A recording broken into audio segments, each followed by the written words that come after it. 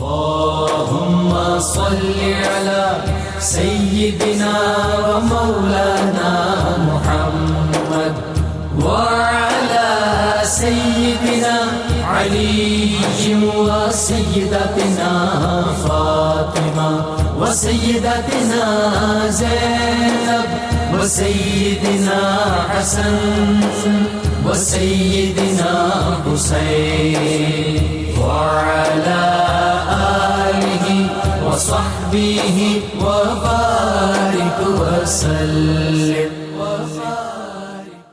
اللهم صل على سيدنا ومولانا محمد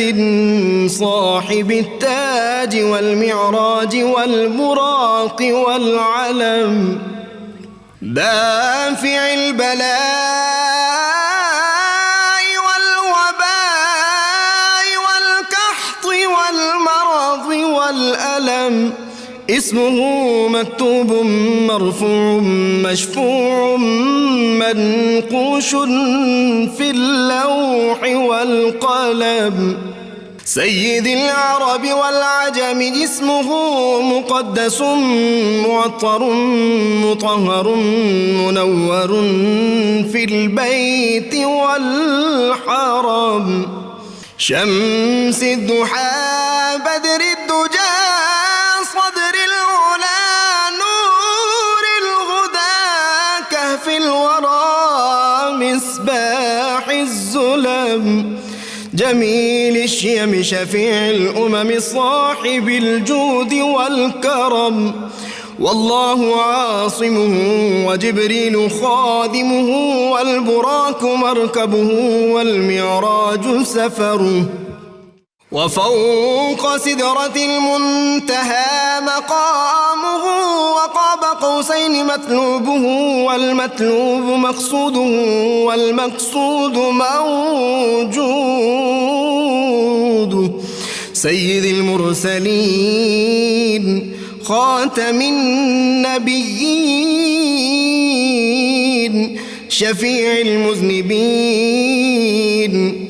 أنيس الغريبين رحمة للعالمين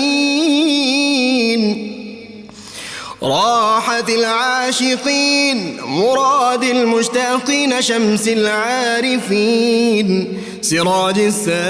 السالخين مصباح المكرمين محب الفكراء والغرباء واليتامى والمساكين سيد الثقلين نبي الحرمين إمام القبلتين وسيلتنا في الدارين صاحب قاب قوسين محبوب رب المشرقين ورب المغربين جد الحسن والحسين مولانا ومولى الثقلين سيدنا أبي القاسم محمد بن عبد الله نور من نور الله يا أيها المشتاقون بنور جماله بلغ العلا بكماله كشف الدجى بجماله حصنت جميع خصاله صلوا عليه وآله وأصحابه وسلموا تسليما سيدنا حسن وسيدنا حسين وعلى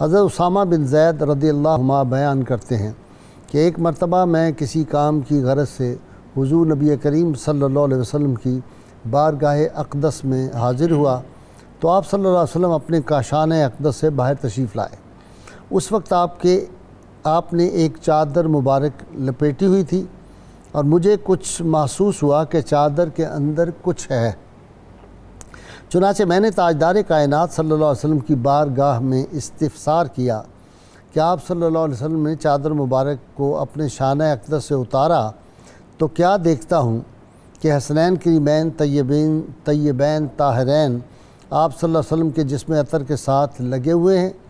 آپ صلی اللہ علیہ وآلہ وسلم نے فرمایا یہ دونوں میرے بیٹے ہیں، میں ان دونوں شہزادوں سے پیار کرتا ہوں۔ ناظرین کرام، دین اسلام، دنیا کے لوگ اور دین کے دشمن حیران ہیں کہ 14 صدیوں میں اسلام کے خلاف اور اہل اسلام کے خلاف بڑی سازشیں ہوئیں، بہت کوششیں ہوئیں، لیکن یہ اسلام اتنا مضبوط دین ہے، اس کو نہ کوئی ختم کر سکا ساری کوششوں کے باوجود۔ اس کی وجہ کیا ہے؟ تو جو اہل معرفت ہے ان کو یہ سمجھ آتی ہے کہ دین اسلام کی عمارت میں اہل بیت اطہار کا خون ہے، اور اس خون مبارک کی برکت سے اس دین کو مسلمان حکومتیں تو ختم ہوتی رہیں لیکن نہ مسلمانوں کو مٹایا جا سکا دنیا سے اور نہ اسلام کو اللہ تعالیٰ کے فضل و کرم سے۔ آج ہمارا موضوع جو ہے وہ کتاب کربلا کا دباچہ اول جو تھا وہ تو سیدنا مسلم بن عقیل رضی اللہ تعالیٰ عنہ کی شہادت تھی، اور آج کتاب کربلا کا جو ورق ثانی میں اس کو کہہ سکتا ہوں یا دباچہ ثانی جو ہے آج اس پہ ہم بات کریں گے۔ میری مراد ہے سیدنا مسلم بن عقیل کے شہزادے محمد اور ابراہیم 8 اور 10 سال کے یہ جو ننھے معصوم بچے تھے، ان کو کس طرح ظلماً شہید کیا گیا، دردناک طریقے سے جس طرح ان کو شہید کیا گیا۔ اس میں ابن زید کا جو تھا وہ کیا کردار تھا، ابن زیاد کا کیا کردار تھا، حارث جو ظالم تھا جس نے ان بچوں کو شہید کیا اس کا کیا کردار تھا، اور اس کی جو بیگم تھی حارث کی وہ کتنی اہل بیت اطہار سے محبت کرنے والی تھی، اور اسی طرح جو جیل سپرنٹینڈنٹ تھا مشکور جس نے اہل بیت اطہار کی محبت میں اپنی جان قربان کر دی، اس کا کیا عمل تھا، اور پھر جو تھا قاضی شریح انہوں نے کس طرح کوشش کی ان بچوں کو بچانے کی۔ یہ ساری تفصیلات جو ہیں یہ میرے اسکالر آج آپ کے سامنے بیان کریں گے۔ میرے ساتھ شریک گفتگو آج پیر قمر احمد صاحب، ان کے ساتھ علامہ برکاتی اور ان کے ساتھ پروفیسر ناصر محمود ہیں۔ آپ تینوں سے واقف ہیں۔ ابتدا کر رہا ہوں جناب پیر صاحب سے۔ جی پیر صاحب، دباچہ دوم کتاب کربلا کا۔ بسم اللہ الرحمن الرحیم۔ حضرت امام حسین سید الشہداء علیہ السلام نے اہل کوفہ کے خطوط آنے پر اپنے چچا زاد بھائی حضرت مسلم بن عقیل کو اپنا سفیر بنا کر کوفہ کی طرف روانہ فرمایا، تو آپ مکہ مکرمہ سے واپس مدینہ طیبہ آئے اور وہاں سے اپنے 2 بیٹوں کو جن سے والہانہ محبت تھی، جناب محمد اور جناب ابراہیم علیہ السلام، ان کو ساتھ لیا اور پھر مدینہ منورہ سے کوفہ پہنچے۔ اور کوفہ میں جا کر آپ نے جب تبلیغ کی، لوگوں نے بیعت کرنے کے بعد پھر حالات کا جب اس میں زاویہ بدلا، تبدیلی آئی حالات میں، لوگوں کی سوچیں اور ذہن بدلے، تو حضرت مسلم بن عقیل نے کوفہ کے قاضی جناب شریح کے گھر میں اپنے دونوں بچوں کو ان کے سپرد کیا کہ ان کی حفاظت کی جائے اور ان کا خیال کیا جائے اور انہیں رکھا جائے اور کسی مدینہ طیبہ کی طرف جانے والے قافلے کے ساتھ انہیں روانہ کر دیا جائے۔ چنانچہ جب حضرت مسلم بن عقیل کی شہادت ہو گئی اور قاضی شریح کو یہ پتہ چلتا ہے کہ آپ شہید کر دیے گئے، تو انہوں نے اب آپ کے دونوں شہزادوں کو بلایا، بہت زیادہ پیار کیا، اور ان کی جو کیفیت تھی رقت قلبی کی وجہ سے غمزدہ کیفیت، اس کو دیکھ کر شہزادگان عرض کرتے ہیں، پوچھتے ہیں کہ کیا بات ہے، آپ چچا جان کیوں پریشان ہیں، کس طرح؟ تو انہوں نے کہا کہ آپ کے والد گرامی شہید کر دیے گئے ہیں، اور آج ایک قافلہ باب العراقین سے جا رہا ہے مدینہ طیبہ کی طرف، کچھ خدمت ان کی ضرورت کے لیے زاد راہ دیا اور کہا اپنے بیٹے کو کہ جائیں اور جا کر ان کو اس دروازے کے ساتھ اس قافلے میں شامل کر دیں اور اہل قافلہ کو تاکید کریں کہ انہیں مدینہ طیبہ جو ہے وہ پہنچا دیا جائے۔ اب یہ تو تدبیر تھی جو وہ کر رہے تھے اور کی انہوں نے، لیکن مالک کو منظور یہ تھا کہ یہ شہزادگان جو ہیں یہ بھی سرزمین کوفہ ان کے نور پاک سے منور ہو اور معمور رہے، اور قیامت تک زائرین جو ہیں وہ ان کے در دولت سے اکتساب فیض کریں۔ جب اس قافلے کے ساتھ پیچھے وہ چلتے ہیں تو کچھ عرصے کے بعد قافلے والے چونکہ سواریوں پہ تھے، تیز رفتار سواریوں کے ساتھ قافلہ گزر گیا، یہ پیچھے رہے اور پھر وہاں سے گشت کرنے والے دستوں نے ان کو پکڑا اور پکڑ کر لائے اور لا کر انہیں ایک زندان میں ڈالا، جیل میں ڈالا اور ابن زیاد کو اطلاع دی۔ ابن زیاد نے فوراً یزید کی طرف قاصد روانہ کیا کہ مسلم تو شہید کر دیے گئے اور اب ان کے 2 بچے ہیں اور دونوں بچے جو ہیں وہ میں نے محفوظ کر لیے ہیں، ان کے بارے میں بتایا جائے کہ کیا حکم ہے، کیسے کیا کیا جائے آگے۔ جب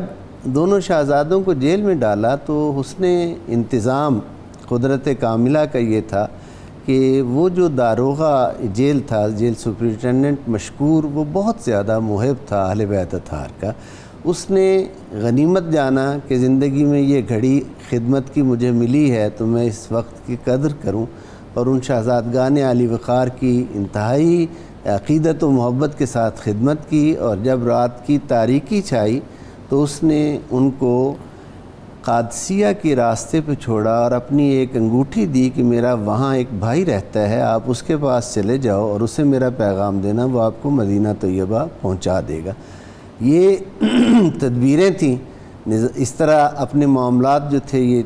پایہ تکمیل کی طرف بڑھ رہے تھے، وہ قادسیہ کے راستے کی طرف بڑھتے ہیں، لیکن نظام قدرت یہ ہے کہ آدھی رات تک گھومتے پھرتے رہتے ہیں، کہیں سمت منزل کا تعین نہیں ہوتا، اور پھر ایک باغیچہ نظر آتا ہے، اس باغیچہ میں چلے جاتے ہیں، دیکھا تو چشمہ ہے، چشمے کے ساتھ ایک درخت ہے بہت پرانا اور اس کی بہت بڑی کھوہ سی بنی ہوئی ہے، درخت کے تنے میں جگہ بنی ہوئی ہے، وہاں چھپ کر بیٹھ جاتے ہیں۔ ایک خاتون اپنی کنیز کو بھیجتی ہے کہ جاؤ جا کر چشمے سے پانی لے کر آؤ، وہ آتی ہے پانی لینے کے لیے تو اس نے دیکھا کہ چشمے کے پانی میں چاند جیسے خوبصورت چہروں کا عکس جو ہے وہ آ رہا ہے۔ جیسے ہی اس نے ادھر دیکھا تو وہ درخت کے تنے کی کھوہ میں دونوں شہزادے جو تھے بیٹھے ہوئے تھے، اس نے پیار کیا، عقیدت سے محبت سے پوچھا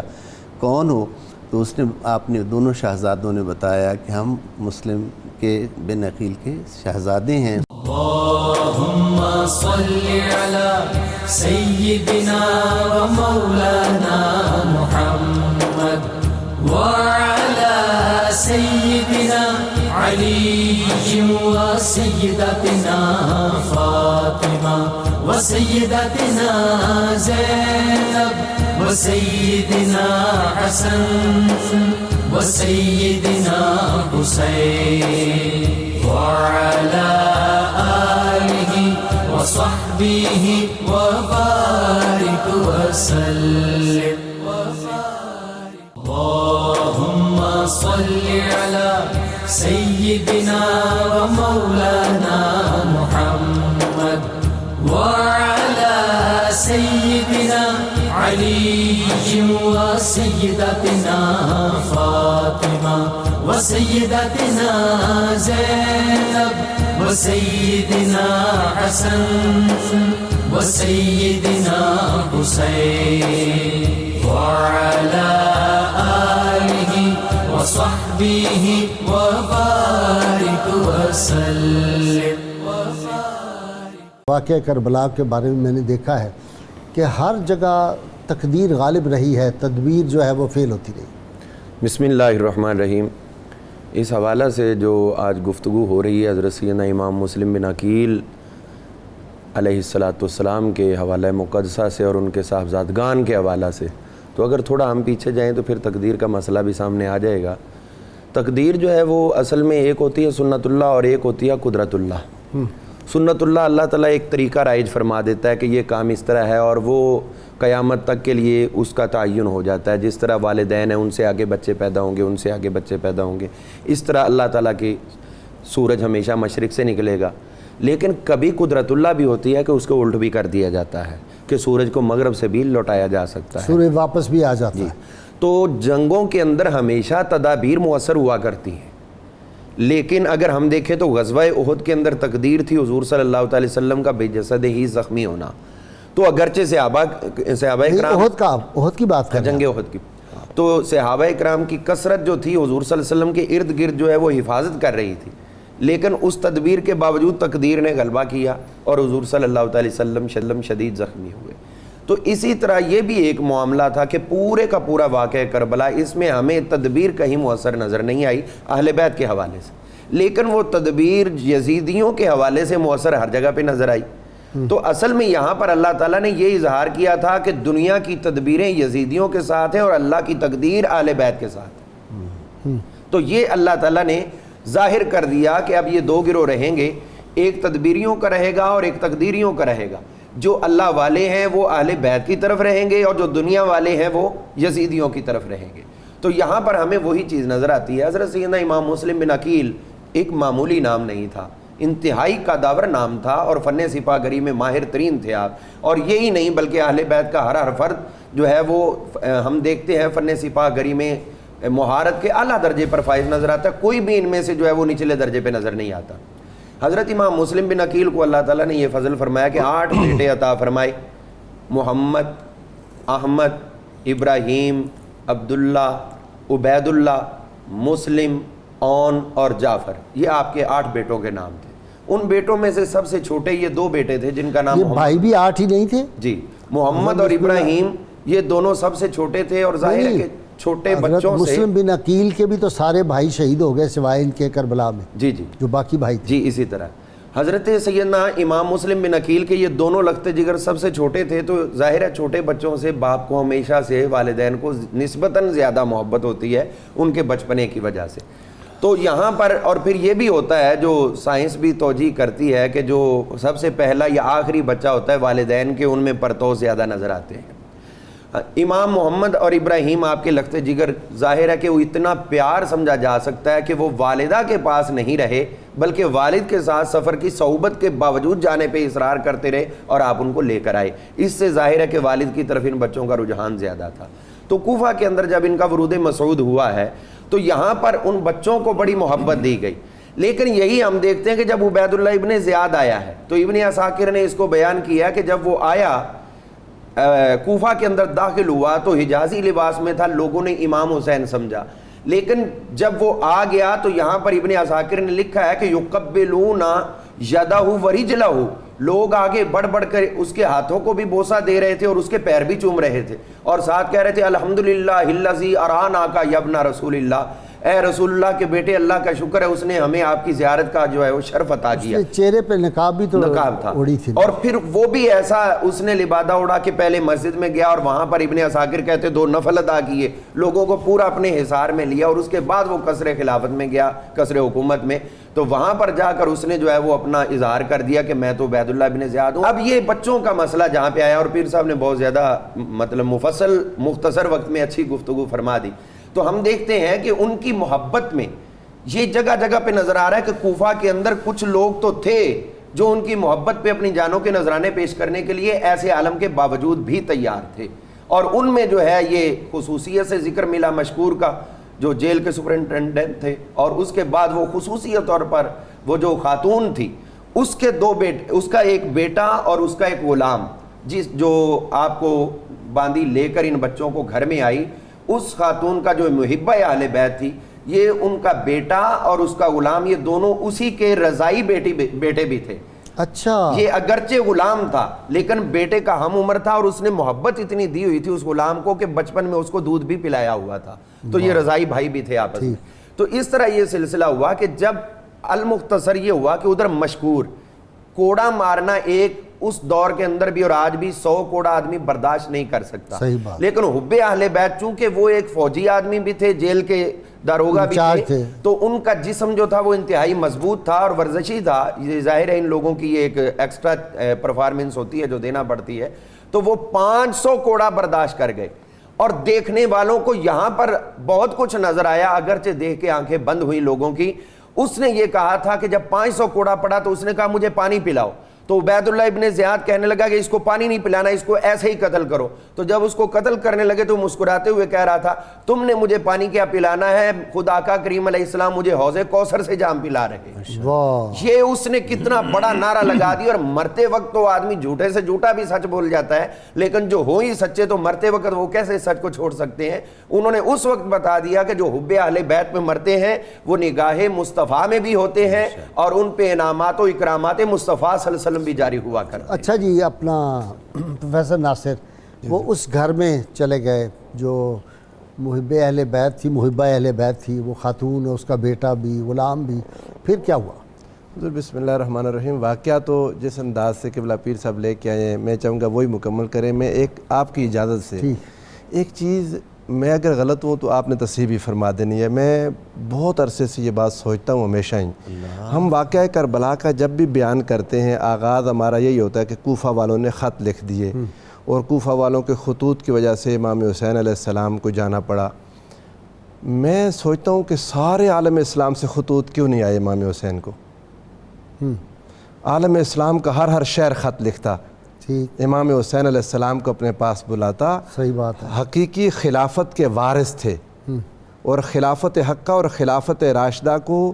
دوام دے سکتے تھے، اور عالم اسلام کو ایک بار وہ عروج مل سکتا تھا جو سیدنا فاروق جو اعظم کے خلافت راشدہ کے اپنے دور میں تھا۔ چونکہ امام حسین علیہ السلام جب اس مقصد کے لیے آپ کو ایک طرف، چونکہ آپ تو بے تاب تھے، آپ نے مدینہ چھوڑا اسی بنیاد پر کہ وہاں کا والی ولید بن عتبہ بن ابی سفیان آپ سے بیعت مانگ رہا تھا، آپ نے مدینہ چھوڑا، پھر آپ مکہ آئے۔ اگر مدینہ میں آپ رک سکتے اور جہاد کا آغاز یہاں سے ہو جاتا، مکہ سے ہو جاتا، پتہ نہیں کیا حالات ہوتے۔ تدبیر اور تقدیر کی بات جو آپ نے کی بہت خوبصورت ہے۔ اللہ کو منظور یہی تھا کہ امام حسین علیہ السلام اور آپ کا قافلہ کربلا میں آ جائے۔ امام مسلم بن عقیل اور آپ کے صاحبزادگان کے ساتھ بھی جو کچھ ہوا، اور اس کی خبر امام حسین علیہ السلام تک پہنچانے کی خواہش کے باوجود نہ پہنچ سکی، اور جب آپ کو فرزدق شاعر راستے میں ملا امام حسین علیہ السلام کو، تو جو اس کے الفاظ تھے، اس نے کہا کہ دل آپ کے ساتھ ہے، تلواریں ان کے ساتھ ہیں۔ ٹھیک ہے، یہاں سے ایک بات کی وضاحت چاہتا ہوں کہ حکمرانوں کی سختیوں کے سامنے ٹھہرنا بہت مشکل عمل ہے۔ انہوں نے اتنی سختی کر دی، ہر گلی پر، ہر محلے پر لوگ کھڑے کر دی، اپنی پولیس، اپنے فوجی، اور لوگوں کو اکٹھا نہیں ہونے دیا، حتیٰ کہ امام مسلم کے ساتھ اکٹھے لوگ بھی ہمت نہیں کر سکے اس وقت کہ وہ جو آپ کے ساتھ ٹھہرے تھے، اور رات کا وقت آیا تو 30 افراد یا اس سے بھی کم آپ کے ساتھ رہ گئے۔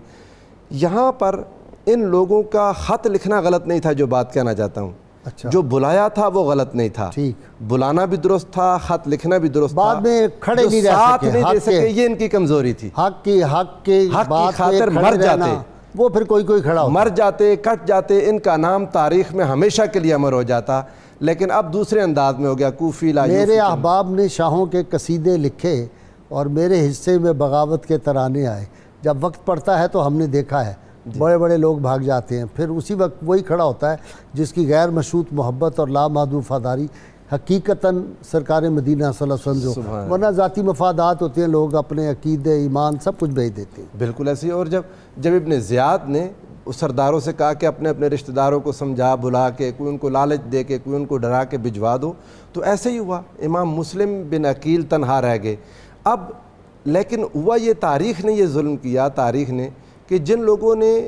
اس حد تک چلو محبت کا اظہار کر دیا وہ تو بدنام ہوئے، جنہوں نے سرے سے ساتھ نہیں دیا وہ کیسے بچ گئے؟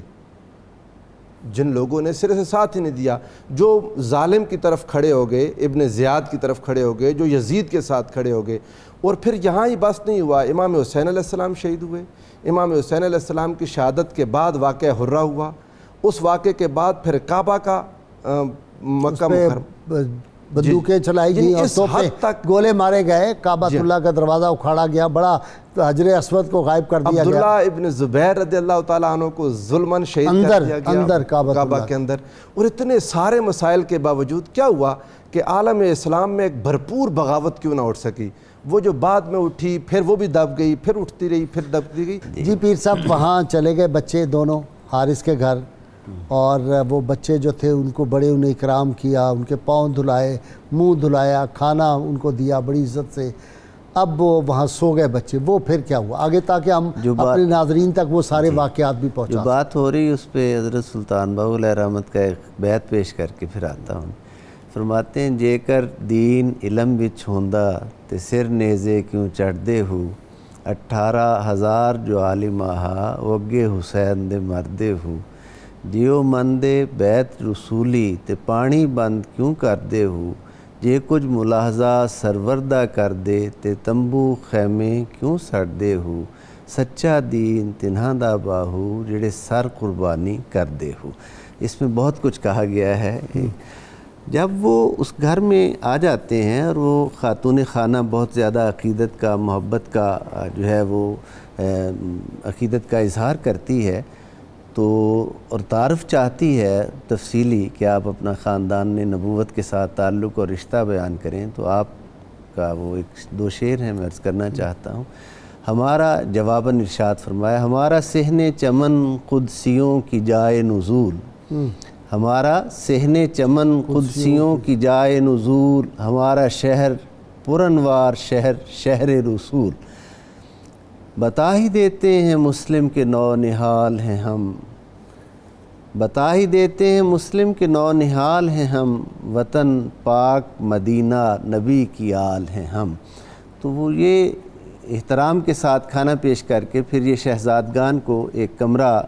دیتی ہے. وہ اپنی خوابگاہ میں تشریف لے جاتے ہیں.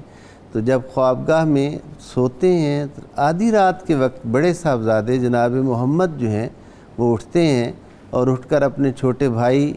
جناب ابراہیم کو جگاتے ہیں اور فرماتے ہیں بھائی لگتا ہے کہ اب ہماری بھی شہادت کا وقت قریب آ چکا ہے. وہ پوچھتے ہیں کہ کیسے؟ تو کہا کہ میں نے ابھی خواب دیکھا ہے کہ جناب رسول خدا صلی اللہ علیہ وآلہ وسلم کی خدمت میں ہم حاضر ہیں. اللہم صلی علی سیدنا و مولانا محمد وعلی سیدنا علی و سیدتنا فاطمہ و سیدتنا زینب وسیدنا حسن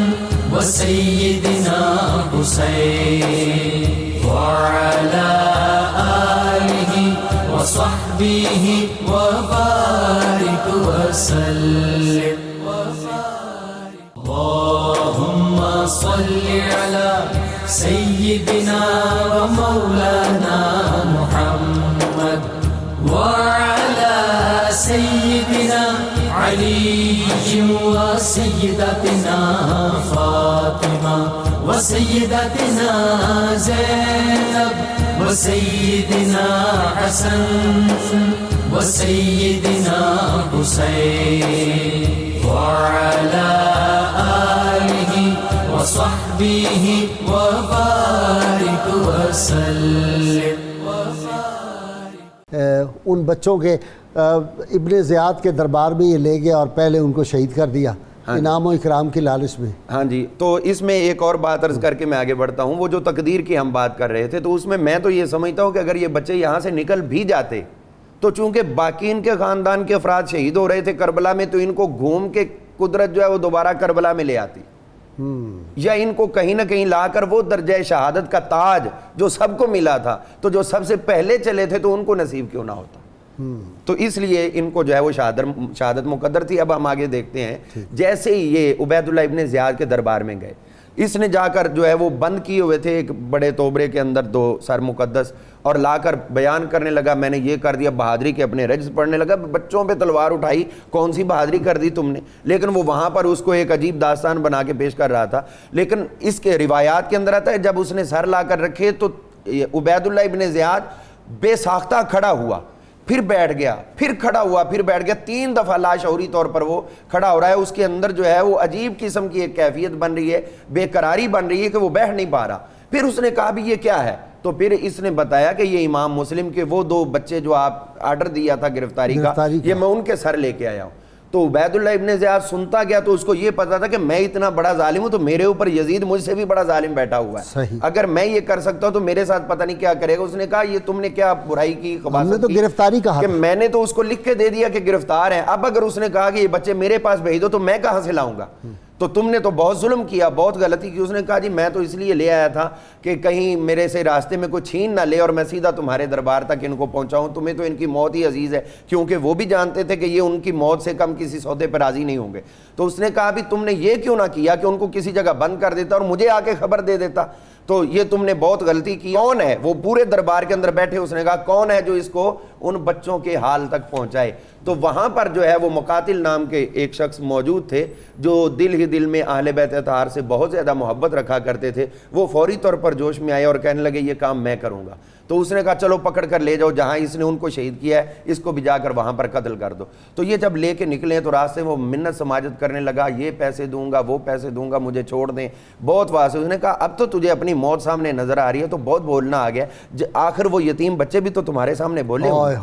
جو چھوٹے چھوٹے دل, ننے ننے دل, ان پہ رحم نہیں آیا تو میں تم پہ کیسے میں تم پہ کیسے کروں گا. تو وہ اس نے اس کی ہر آفر کو ٹھکرا دیا. اس نے کہا میرا مکان بھی لے لو, میرا سب کچھ لے لو, مجھے چھوڑ دو. اس نے کہا نہیں, اب ادھر بھی تو تقدیر آ رہی ہے, اس کو بھی اب نہیں چھوڑا جا رہا. راستے میں گیا تو ایک غلام جو ہے وہ گرا ہوا ملا اور تڑپ رہا تھا زخموں میں. تو اس نے کہا بھی آپ کون ہو, آپ کوئی ہاسپٹل لے کے گیا کس طرح؟ اس نے کہا یہ میں اس کا غلام ہوں, میں ان بچوں کو بچانے کے لیے آگے بڑھا تو اس نے مجھے تلوار کے وار کر کے شدید زخمی کر دیا, میں آخری وقت میں ہوں اور میں یہ چاہتا تھا کہ یا اللہ دعا کرتا رہا کہ جس طرح اس نے ان کے اوپر ظلم کیا بچوں کے اوپر, یتیم بچوں کے اوپر, اور یتیم بچے تو وہ ہیں کہ میرے آقا نے فرما دیا تھا کہ جس یتیم بچے کے سر پہ کوئی دستے شفقت رکھتا ہے تو جتنے بال نیچے آتے ہیں ہاتھ رکھنے والے کے اوپر اللہ تعالیٰ اتنی نیکیاں اور رحمتیں نازل کرتا ہے. اور یہ اہل بیت کے بچوں پہ بھی اس کو ترس نہیں آیا. تو اس لیے میں دعا کر رہا تھا یا اللہ اس کا بھی انجام مجھے دیکھنا نصیب فرما, اور اللہ نے میری سن لی ہے. یہاں سے آگے بڑھا تو ایک عورت تڑپ رہی, تو کون ہے؟ اس نے کہا میں اس کی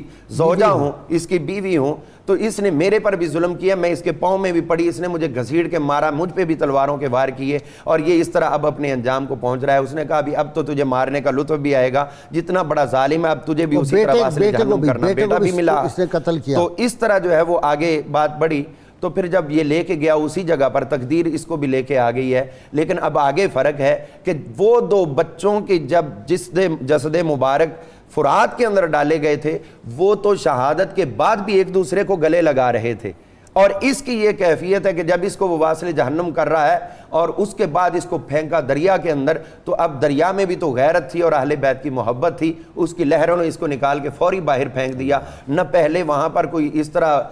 طوفانی کیفیت تھی, نہ کوئی مد و جزر تھا, لیکن ہوا یہی کہ جیسے ہی اس کا ناپاک جسم اس کے ساتھ لگا تو اس نے نکال کے پھینک دیا. اور اس کے بعد جب 2-3 دفعہ کوشش کی, پھر زمین کے اندر ایک گڑھا سامنے نظر آیا, اس میں پھینکا تو اس گڑھے نے بھی باہر نکال کے پھینک دیا. پھر اس کے جسم کو جو ہے وہ جلا دیا گیا. غازی صاحب وہ بھی قدرت اللہ ہے تو یہ بھی قدرت اللہ ہے. ہم لوگوں کو واقعہ کربلا تو ذہن میں آتا ہے, لیکن ہمیں اللہ کی قدرت کا دوسرا پہلو بھی نظر آنا چاہیے کہ جتنے جتنے کردار واقعہ کربلا میں تھے اللہ تعالیٰ نے ان کو بھی اپنی تقدیر میں لیا ہے اور ان کو بھی لا کر جو ہے اس دوراہے پہ کھڑا کیا ہے کہ دیکھنے والا تھوڑی سی بھی اگر نگاہ کھولے تو عبرت حاصل ہوتی ہے کہ جو محبت کرنے والے ہیں وہ ہمیشہ کی زندگی پاتے ہیں, اور جو عداوت رکھنے والے ہیں ان کے مرنے کے ساتھ ہی ان کے اوپر عذاب شروع ہو جاتا ہے اور اللہ تعالیٰ کے ہاں وہ نامرادوں کی صف میں آتے ہیں. حضور صلی اللہ علیہ وسلم نے اسی لیے فرما دیا تھا اہل بیت کے ایک ایک فرد کے حوالے سے, طبقات ابن سعد کے اندر روایت موجود ہے, حضور صلی اللہ علیہ وسلم نے ارشاد فرمایا تھا کہ میری اہل بیت کا ایک ایک بچہ بروز محشر اللہ کے حضور اپنے سے محبت رکھنے والوں کی شفاعت کرے. سبحان اللہ. جی بسم اللہ. میں یہاں شفاعت فرمائیں گے امت, بالکل بالکل بے شک. اس اور میں پھر سیدہ فاطمہ سلام اللہ علیہ جب شفاعت فرمائیں گی, اور پھر رحمت کونین صلی اللہ علیہ وسلم. لیکن یہ شفاعت تو انہی کی ہوگی جو اہل بیت سے محبت کردار تو دیکھیں, اور جو بغض رکھتے ہیں ان کا تو معاملہ دوسرا ہوگا. بے شک ایسا ہی ہے. یہ کردار تو دیکھیں کہ حضرت مسلم بن عقیل کو جب شہید کیا جانے لگا تو اس وقت آپ وصیت کیا کر رہے ہیں؟ عمر بن سعد کو بلایا, رشتہ دار تھا, فرمایا لکھو میں نے لوگوں سے 700 دینار قرض لیا ہوا ہے, میری وفات کے بعد وہ واپس کرنا. رسول اللہ صلی اللہ علیہ وآلہ وسلم نے جب اپنی اہل بیت کو یہ مقام عطا کیا, حضور نے فرمایا کہ ہم سے محبت کرنے والے قیامت کے دن میرے دسترخوان پر ہوں گے. جب لوگوں کا حساب و کتاب ہو رہا ہوگا, اہل بیت اور ان سے محبت کرنے والے اللہ کی عطا کردہ نعمتوں سے لطف اندوز ہو رہے ہوں گے۔ حضرت سید عالم نے حضور سے بار بار پوچھا، آقا جب حضور بیان فرماتے نا کہ میں، علی، فاطمہ، حسن و حسین یہ مقام ہوگا، تو عرض کرنے لگی یا رسول اللہ فمحبونا، آقا ہم سے محبت کرنے والے۔ حضور نے فرمایا من ورائکم، تمہارے پیچھے پیچھے ہوں گے، قیامت کے دن بھی تمہارے ساتھ ہوں گے۔ عروہ، ہانی بن عروہ رضی اللہ تعالیٰ عنہ، یہ تو صحابی رسول ہیں، بے شک۔ تو فتویٰ بھی کچھ لوگوں سے لیا تھا کہ جناب یہ کچھ مفتیان کرام سے فتویٰ بھی لیا؟ وہ آگے بیعت حضرت سلطان صاحب کا آ تو چکا ہے اس بارے میں مزار رات جو شہزادگان کی اس کے حوالہ سے میں عرض کرنا چاہتا ہوں، کوفہ سے کچھ فاصلے پر یہ جو سارا کام یزید بھی کرتا رہا ہے، انہوں نے امام پاک کے بارے میں فتاویٰ لیے کہ جی وہ باغی ہیں۔ فرمایا نہیں حضرت سلطان صاحب کیا فرما رہے ہیں، 18,000 جو عالم آہا ہوگے حسین دے مردے ہو۔ میں نے وہی عرض کیا نا کہ وہ بیعت میں سارا کچھ آ تو چکا ہے۔ بالکل صحیح بات، کوفہ سے کچھ جسٹیفیکیشن تلاش کرتا ہے بندہ، جی بالکل جسٹیفیکیشن تلاش کرتا ہے، حق پہ نہیں ہے جسٹیفیکیشن جی۔ یہ جو آپ نے نعرہ دیا ہے غیر مشروط محبت اور لامحدود وفاداری، یہ فقط ایک نعرہ یا سلوگن نہیں ہے، یہ ایک بندہ مومن کی زندگی کا منشور ہے، منشور حیات ہے۔ لامحدود وفاداری جو ہے اور غیر مشروط محبت جو ہے، یہ اس ذات سے ہوگی جو معصوم ہوگی، کیونکہ جو ذات معصوم نہیں ہے کسی وقت بھی اس سے کوئی بات ہو سکتی ہے، محفوظ بھی ہے تو بھی ہو سکتی ہے، اس سے تو غیر مشروط نہیں ہوگی۔ جہاں شریعت مقدسہ کی حد ہوگی وہاں محبت کمزور ہو جائے گی، محبت رک جائے گی۔ اس لیے آقا تو سید المعصومین ہیں، اس لیے حضور علیہ السلام سے ہی غیر مشروط محبت اور لامحدود وفاداری ہو سکتی ہے، کسی اور سے نہیں ہو سکتی۔ کوفہ سے کچھ فاصلے پر یہ ایک مقام ہے جسے مسیب کے نام سے معروف ہے، اس سے تھوڑا آگے جائیں تو وہاں طفلان مسلم کے نام سے وہ علاقہ کہلواتا ہے، اور وہاں دونوں شہزادوں کے مزارات ہیں۔ نہر فرات سے نکال کر دونوں شہزادوں کی اجسام طیبات، یعنی سر جب چھوڑے گئے تو سرائے مبارکہ جسموں کے ساتھ مل گئے، یہ ایک شہید کی زندہ کرامت، اور جسم جو تھے دونوں بھائیوں نے ایک دوسرے کے گلے میں یوں ڈال لی، اور پھر وہاں سے لوگوں نے ان کو پانی سے پکڑ کر نکالا، اور نکال کر وہاں غسل اور تدفین وغیرہ اور نماز جنازہ ادا کر کے وہ مزار آج بھی، میں کبھی جب یہ زیارات کے سفر پہ آپ کی معیت میں تھا تو میں یہ سوچ رہا تھا کہ جن نفوس قدسیہ کا ایک ایک نقش مٹانے کی بھرپور حکومت وقت نے کوشش کی، وہ ذات کتنی بے نیاز اور کتنی کریم ہے اپنے ان بندوں پر جس نے ان کا ایک ایک نقش حیات جو ہے اس کو محفوظ رکھا۔ یعنی کربلا معلیٰ میں ایک ایک جگہ محفوظ ہے، جو نشانات ہیں وہ محفوظ ہیں۔ جامع مسجد کوفہ کے مشرقی برآمدے میں حضرت مسلم بن عقیل اور حضرت ہانی بن عروہ کے مزارات موجود ہیں، جہاں لوگ حاضر ہوتے ہیں اور آج تک فیض پا رہے ہیں وہاں سے۔ وہ لوگ جو اپنے اقتدار کے نشے میں مدہوش اور مست تھے، نہ ان کی آج قبریں مل رہی ہیں۔ اللہم صلی علی سیدنا و مولانا محمد وعلی سیدنا علی و سیدتنا فاطمہ و سیدتنا زینب وسيدنا حسن وسيدنا حسين وعلى آله وصحبه وبارك وسلم اللهم صل على سيدنا ومولانا محمد وعلى سيدنا علی و سیدتنا فاطمہ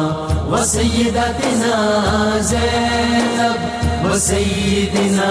حسن و سیدنا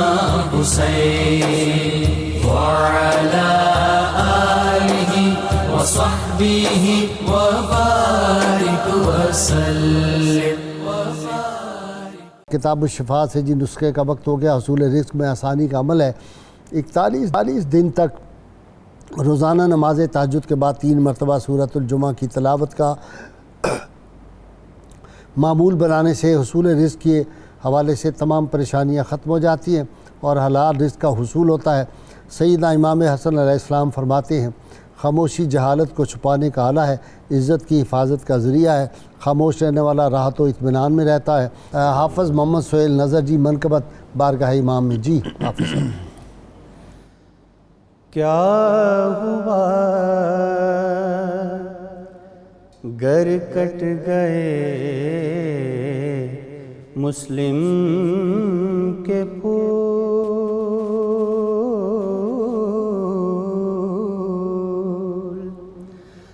کیا ہوا گر کٹ گئے مسلم کے پھول، کیا ہوا گر کٹ گئے مسلم کے پھول، خلد کی زینت بنے مسلم کے پھول،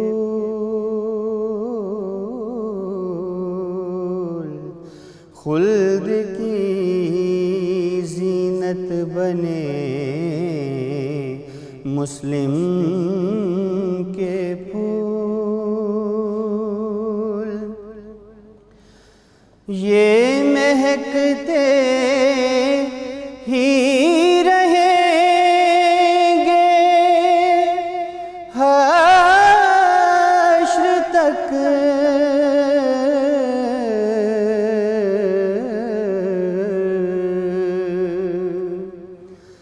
یہ مہکتے ہی رہیں گے حشر تک،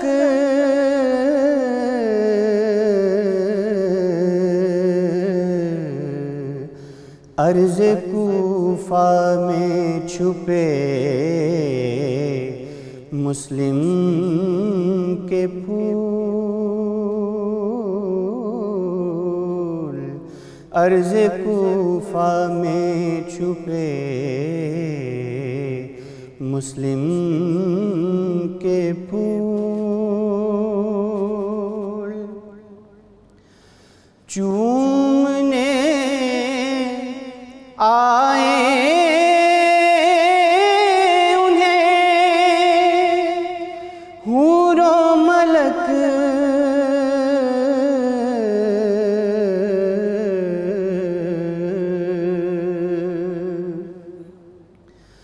چومنے آئے انہیں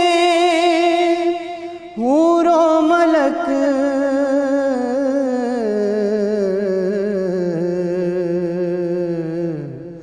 خون سے ہیں ایسے سجے مسلم کے پھول، خون سے ہیں ایسے سجے مسلم کے پھول، ساجد اشکوں کی ہے شبنم سے یہ تر،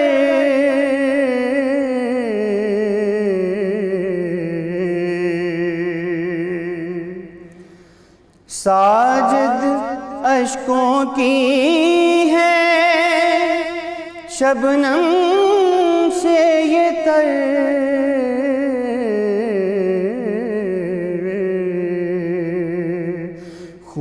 خوبصورت ادکھلے مسلم کے پھول،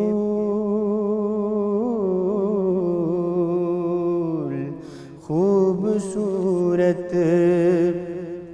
ادکھلے مسلم کے پھول، خلد کی زینت بنے مسلم کے پھول۔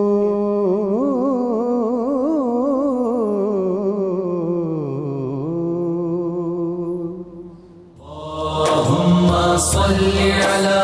سيدنا ومولانا محمد وعلى سيدنا علي وسيدتنا فاطمة وسيدتنا زينب وسيدنا حسن وسيدنا حسين وعلى آله وصحبه وبارك وسلم.